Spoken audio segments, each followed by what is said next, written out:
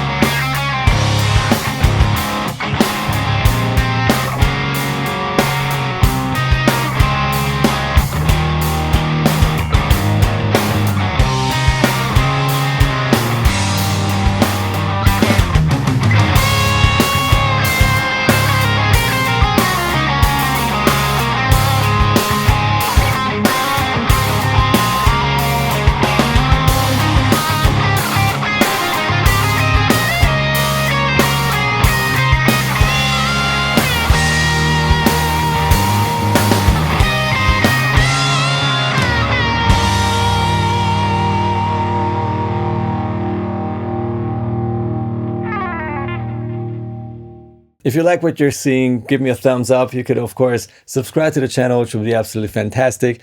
And check out the description box under the video for additional infos, timestamps, gear links, etc. and merchandise in case you want to check out the t-shirts, hoodies, whatever you fancy that would support the channel, and I'd really appreciate it. All right, let's talk about the history of this guitar. What is this guitar even? What was the original state and brand, and when did I get it? So I purchased it in 2015, and it was definitely a 100% spontaneous purchase. I didn't plan on buying a guitar like this. I saw it, I grabbed it, I played a few chords, and I was like, okay, this is how love at first sight feels like. I gotta have this one. And what this guitar really is, or I should say, what this guitar used to be, is a Hardy Benton EX76 classic guitar, classic model. Used to be black, and it looked a bit different, and these guitars got discontinued, so there was just a couple of them left.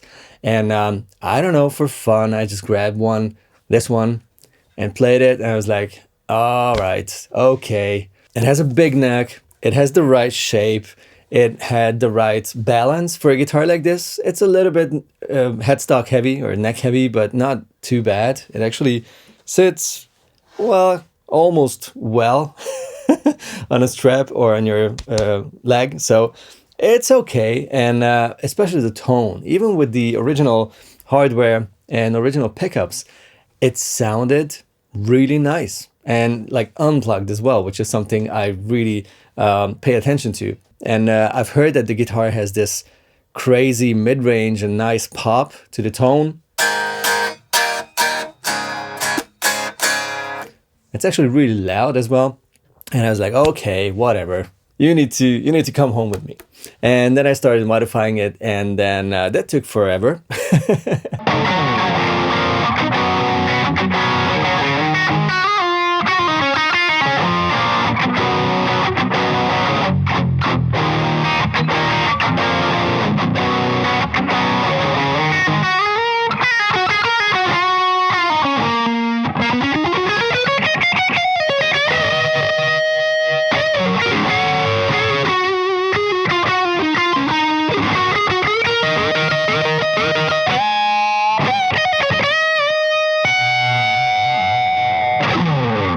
All right, let's talk about the modifications, everything that I changed on the guitar. First of all, as told, it was black.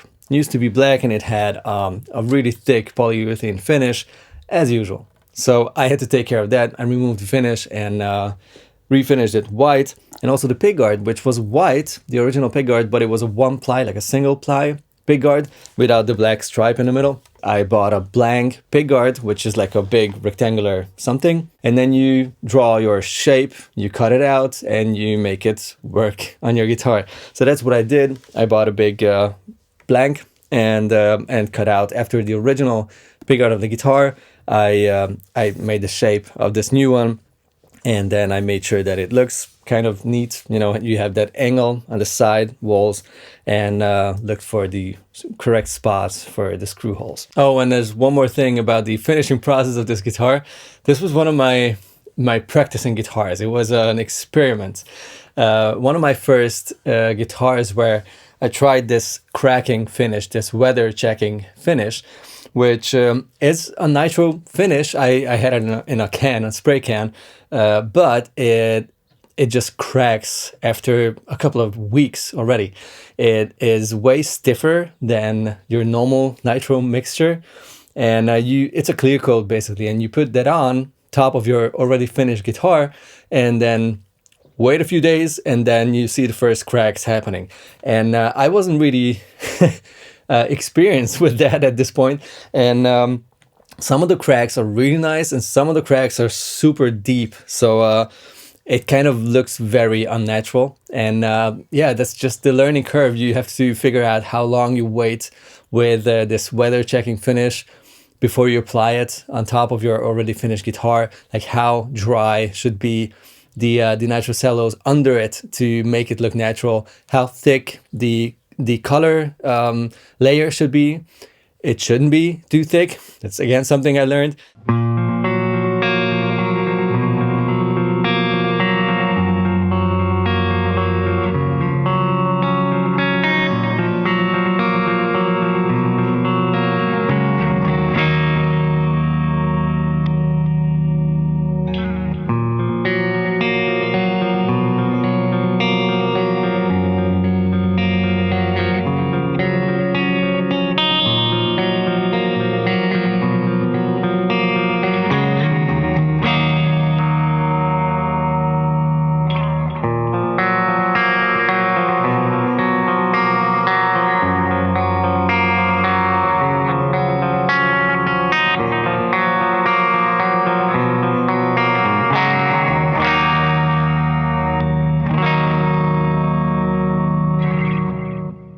I also swapped the tuners. These are locking tuners, which is not very typical for me because I kind of prefer the lighter, more traditional tuners. I don't know. But for this guitar, it kind of felt more natural for me to go for locking tuners. Also, the nut, which was a really inexpensive plastic nut, was not very good. So I took that off and made this bone nut, which made a huge difference in terms of, well, sustain as well, but mostly tuning stability. Then I also modified or let's say swapped the obvious parts, what everyone would think of: the pickups, the pots, the switch, the jack, so the whole electronics, and the bridge and the stop tail piece as well. I had luck with the frets because these are the original frets and they are hard enough. They're fine. I just had to make sure that the fret ends are nice and comfy to play because it's something I'm really picky about. And I did the same thing for the fretboard, by the way, which is rosewood, so it's not finished, and I was able to round the edges off, which is again something I'm really picky about, and it was not a big deal. It's just another few percent for me to make this guitar feel perfect to play. Let's check out the specs. And by the way, if you're interested in any of these parts I used on the guitar, I'll put a link in the description box, a Tone 1 link, if you want to check it out. So the first is the Grover machine heads, which are these top lockers. These are locking machine heads, but you don't have a wheel at the back to sort of lock the string in, which are great and very stable, but those are a little heavier, and I didn't want to make this guitar even more neck heavy than it already is. So these are the lightest locking tuning pegs or machine heads that I was able to find. So I used these ones. These are cool because you just stick the string through, and then as you turn the tuning peg, it just locks itself in. And if you want to double check and just be sure that the string doesn't slide out, you have a little profile on the top. You can stick in your pick and just lock it just a bit more. Should not over tighten it because you can snap the string, but it's super safe, super easy to use, and it's very fast to change strings. So that's cool.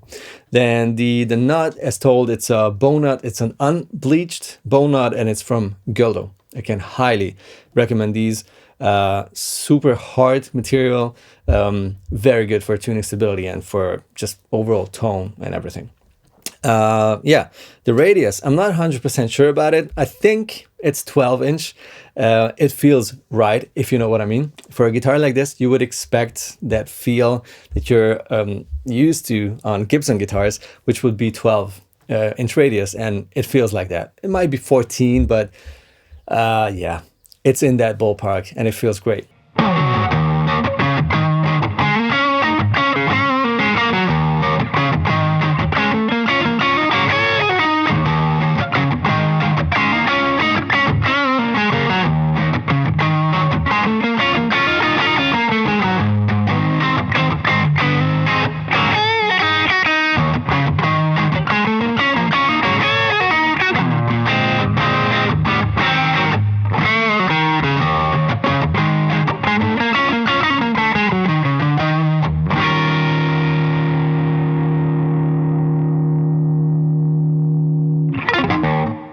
And the back of the neck is maple, actually. It's not mahogany. That's something you would expect from a guitar of this style. It's a maple neck, and the headstock is not the same piece of maple. You can actually see this glue joint where this blank of wood meets this blank of wood, which actually, it's not the most elegant thing on these guitars, but this is the stable way of making an angled headstock. So that's perfectly fine for me.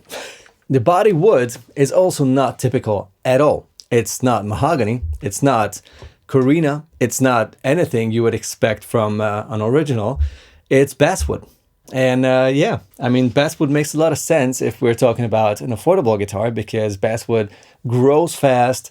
It's you'll find a lot of basswood in Asia, where this guitar was built as well. So it just makes all the sense. What's not true though is that basswood cannot give you a really nice guitar. There are really expensive guitars made out of basswood. You'll find American basswood as well. Joe Satriani uses it on his models, and like many other guitar players, especially 80s players, because Guthrie Govan, by the way, has his new Charvel signature made in Japan Charvel released, and it has basswood. It's just a very neutral wood. It's relatively soft, so it's easy to work on with the routers and everything, and it's still stable enough to make an instrument out of it. It's just not pretty at all. It just looks kind of white with a little green hint. It's just not at all a nice piece of wood. So what you don't want is a transparent finish, but that was not the plan, so you know, I don't really care.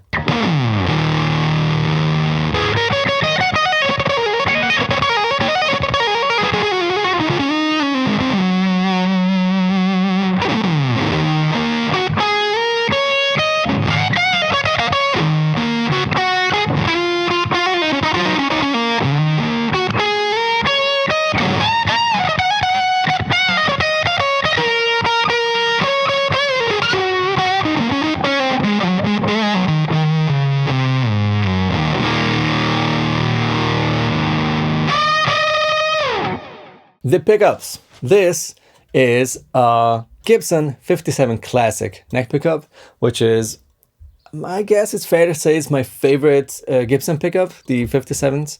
And this used to be another pickup for a long time. This was the Gibson 490. Which was, no, 498 treble pickup, which is Gibson's hot rodded PAF pickup. And I like that. I had it in this guitar for a very long time, but I kind of missed a little more presence or openness. I don't know why. That might be the fact that it's basswood, might be just the fact that it's a different kind of guitar, but compared to my Les Paul or any of the like the PJD with the bare knuckles, those just feel more fast and more alive, if you know what I mean. So I thought, all right, this could not hurt. This is the 59 Custom from Seymour Duncan, which is Same Duncan's medium output pickup. It's a really interesting one because one coil is an actual high output coil of the custom or the custom 5, whatever model from Same Duncan. And the other one is their PAF style pickup, the 59 coil. So they paired a low output coil with a high output coil, and if you put that together you get a medium output pickup. But what's really cool about this pickup is that it sounds relatively bright without sounding any harsh. And I really like that you have this medium output, so more of everything, but the focus is on the openness and not on the mid-range or the low frequencies, which would make this guitar sound too muddy. So I am really enjoying this pickup right now. The electronics and everything, I swapped everything. I think this was like a Goldo higher quality toggle. And these, I'm not sure about. I think these were like some sort of CTS pods, maybe Fender branded, maybe Goldo, whatever the brand was, can't remember. And also the hardware. This is the stop tail piece from my old, what was it, like 1994 Les Paul Standard. So this is of a Gibson. And the bridge, I cannot remember. I don't know, it might be an ABM bridge, which is a high quality made in Germany product. It's not the Nashville one, the current normal bridge. This is the bridge type that custom shops have. Same thing on my 58 Reach Les Paul. So yeah, I'm really happy with everything on this guitar, to be honest. It sounds beautiful, clean.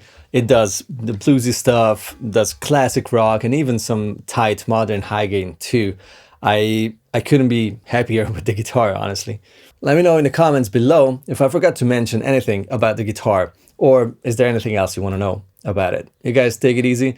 See you next week in a new video, and meet you down there in the comments. I'll be back. Bye bye.